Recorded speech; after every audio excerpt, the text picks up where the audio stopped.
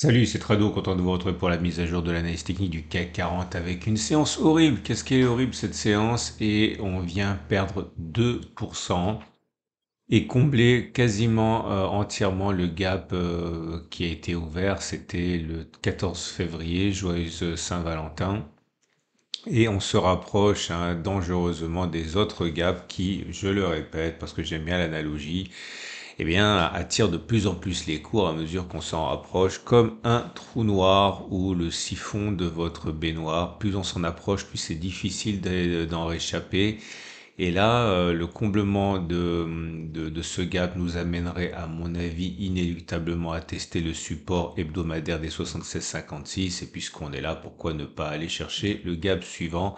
Bref, vous l'aurez compris, pendant que les indices américains caracolent, eh bien, les indices européens en général et l'indice parisien en particulier souffrent. Alors, on va faire un bilan de la situation en cours. Le support des 79, 110, 79, 00 a été cassé en séance, mais c'est un support hebdomadaire, donc c'est normalement à la fin de la semaine qu'on jugera s'il a été cassé ou pas, mais je pense que la chance à laquelle on a pu assister en début de semaine ne se reproduira pas et qu'il sera cassé. Sans tirer de plan sur la comète, on a des choses qui, elles, sont bien établies. La tendance immédiate, elle est baissière, la tendance générale, elle est baissière, la tendance de fond, elle est baissière, croisement M20, M50. La tendance de fond est vraiment mal en point. Par contre, et c'est très important par la suite, la tendance de long terme est toujours haussière puisqu'on est au-dessus de la M200. Alors, la dernière fois qu'on l'a touché, c'était là, vous voyez, c'est un peu un repoussoir pour les baissiers, la moyenne mobile à 200 jours.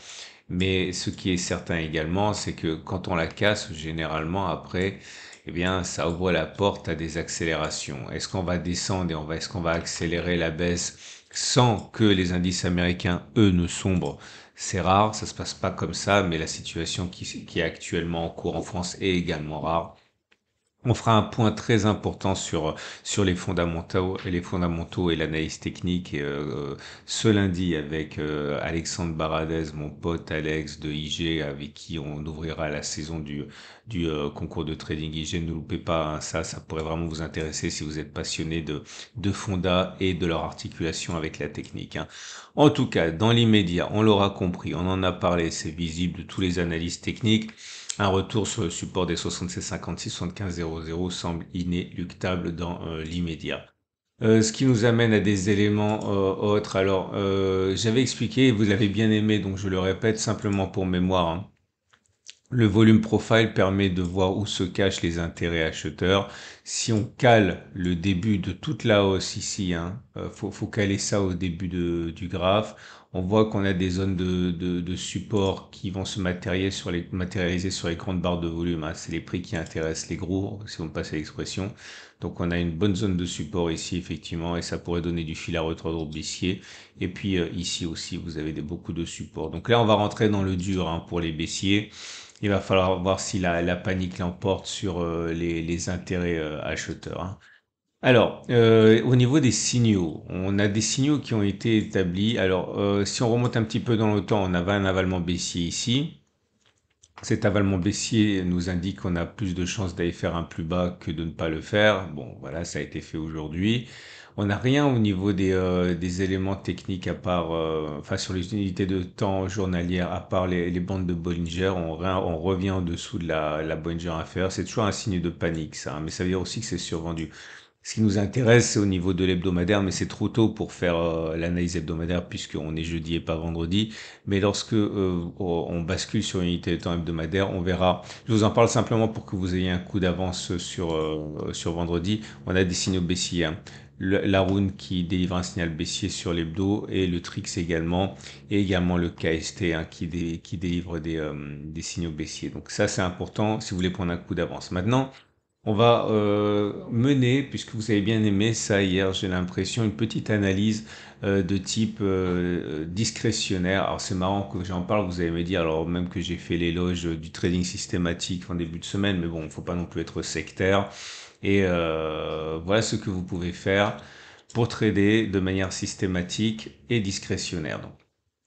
Donc, imaginons que vous soyez en train de mener une analyse de type discrétionnaire.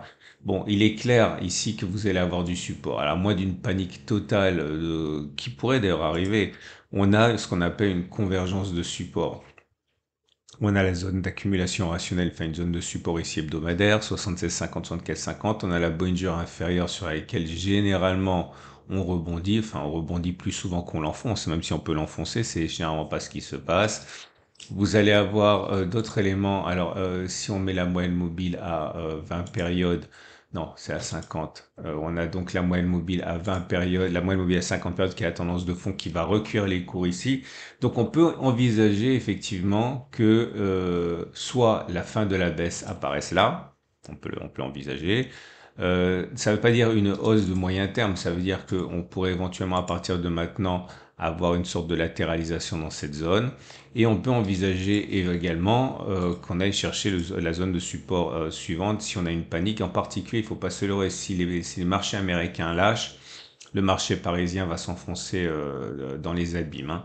Alors les abîmes, toute proportion gardée, parce que là on a perdu 7-8% depuis les plus hauts, bon, on est à 7%. Si on allait chercher la zone des 76,50, c'est 8%. Si on va chercher la zone suivante, c'est 12%. C'est même pas un bear market, hein. Un bear market c'est 20%. Pourquoi est-ce que je vous en parle? Parce que maintenant on va monter la stratégie qui va avec. Alors attention, c'est donc le plan de trade du jour. Ça va être un plan de trade de moyen terme. Mais c'est très important lorsque vous menez des trades de plan de moyen terme d'avoir des outils qui sont adaptés. C'est-à-dire que si vous travaillez par exemple avec des CFD, ne travaillez pas avec des CFD au comptant. Vous allez mourir en termes de frais, hein. Et si vous êtes parti pour faire quelque chose qui va durer des semaines, il faut trader avec des CFD à échéance. Ok, c'est très important. Sinon, même si vous avez juste, vous risquez de perdre de l'argent. Donc attention, tous les courtiers ne proposent pas des CFD à échéance, c'est le cas des meilleurs courtiers. Et en tout cas, faites bien attention à ça, hein. Alors, comment on peut faire? Sachant qu'on ne connaît pas, on est en plein discrétionnaire là. Vous pouvez vous dire, ok, ça va rebondir au bout d'un moment. Les marchés américains ne vont pas lâcher parce que ça lâche pas avant les élections américaines généralement. On va baisser puis on va rebondir. Ça va se calmer quoi qu'il arrive, que ce soit le front, enfin le Rassemblement national ou un autre. De toute manière, les marchés, ce qu'ils aiment pas, c'est pas les partis politiques, c'est l'incertitude, hein. N'a-t-on pas connu les plus belles hausses du CAC 40 sous le régime socialiste quand monsieur, enfin quel que soit le président qui arrive, de toute manière, ce qu'ils aiment pas le marché, c'est ne pas savoir. Bref, l'idée, c'est que vous partez du principe que ça va rebondir. Donc vous pouvez vous dire, je vais mettre un stop de protection large ici et je vais construire tranquille, peinard, une position acheteuse. Quand on va venir ici, je vais acheter un petit peu avec des produits adaptés, je l'ai déjà dit. Je me le réserve le droit de renforcer ici. Bon, si jamais on va là, c'est que c'est vraiment grave, je sortirai de ma position. C'est pas parce que c'est du moyen terme qu'il faut accepter n'importe quoi, hein. Il faut quand même gérer le risque. Vous pouvez pas perdre. Je dis n'importe quoi, mais si vous perdez plus que 5% sur un trade comme ça, c'est pas bien, hein. Je pense que si vous lancez dans une stratégie de moyen terme, tout ça, il faut quand même limiter la perte à 2-3% maximum. 5%, c'est vraiment le grand, grand, grand, grand, grand max, hein. Donc, et vous pariez sur un retour sur les plus hauts et pourquoi pas à terme une reprise de la hausse une fois que l'incertitude sera partie. Alors maintenant, peut-être comme on ne sait pas ce qui va se passer, peut-être que ça va faire ça. Ok, et que ça va repartir directement. Alors, c'est sûr que vous n'aurez pas renforcé, mais vous aurez quand même une position partielle et des gains, hein. Donc, on est en train de travailler en univers incertain. Et puis, bien sûr, si vous avez renforcé ici et que vous avez renforcé là, bah, tant mieux. Vous avez acheté à bon compte deux fois, donc c'est valable. Et puis, bon, bien sûr, si vous voulez vraiment avoir de la marge de manœuvre, vous pouvez mettre également le stop de protection sous les plus bas d'ici, hein. Ça correspond au plus bas de 23 ici, de tout le rallye haussier, pourquoi pas, hein. Mais dans ce cas, vous pouvez éventuellement envisager de renforcer en trois fois. Ok, vous achetez ici, vous achetez là, vous achetez là, tout en divisant le risque pour que l'ensemble corresponde à 2-3%, voire 5% de votre capital au maximum, vous disant voilà, on va terminer de faire par monter et ça va être bon. Maintenant, vous pouvez envisager de faire un trade de cette nature, mais à la baisse. Pareil, hein, là, on est sur du moyen terme, donc il faut travailler avec des outils qui sont adaptés. Vous vous dites, Bon, on va y avoir droit. On va y aller. C'est là quand même que c'est du discrétionnaire parce qu'il faut avoir des convictions. Vous dites, bon, les marchés vont être sabordés par les hedge funds, par les acteurs qui vont parier sur la baisse de toute manière. De toute façon, c'est ça qui est le problème avec le CAC 40, c'est que c'est facile de le dégommer aussi, hein. Vous pensez que Nvidia a une capitalisation supérieure à tout le CAC 40, on peut spéculer à la baisse sur le CAC 40 quand on veut le faire baisser, hein. Donc, vous pouvez vous dire, voilà, on va venir là, on va rebondir. Ok, et puis on va aller chercher ça à terme avec un paroxysme, hein, au moment de l'incertitude des élections. Donc vous pouvez construire une position, dire voilà, je spécule un peu à la baisse maintenant, puis quand ça aura rebondi, je mets un stop de protection au-dessus. Et bon, alors là vous allez me dire le ratio gain-risque il est pourri, oui il est pourri, mais si vous êtes sûr de votre scénario, ou plus ou moins sûr de votre scénario, vous pouvez vous dire ok le ratio gain-risque il est pas génial, mais je risque pas grand-chose compte tenu du fait que je suis certain de mon scénario, quoi.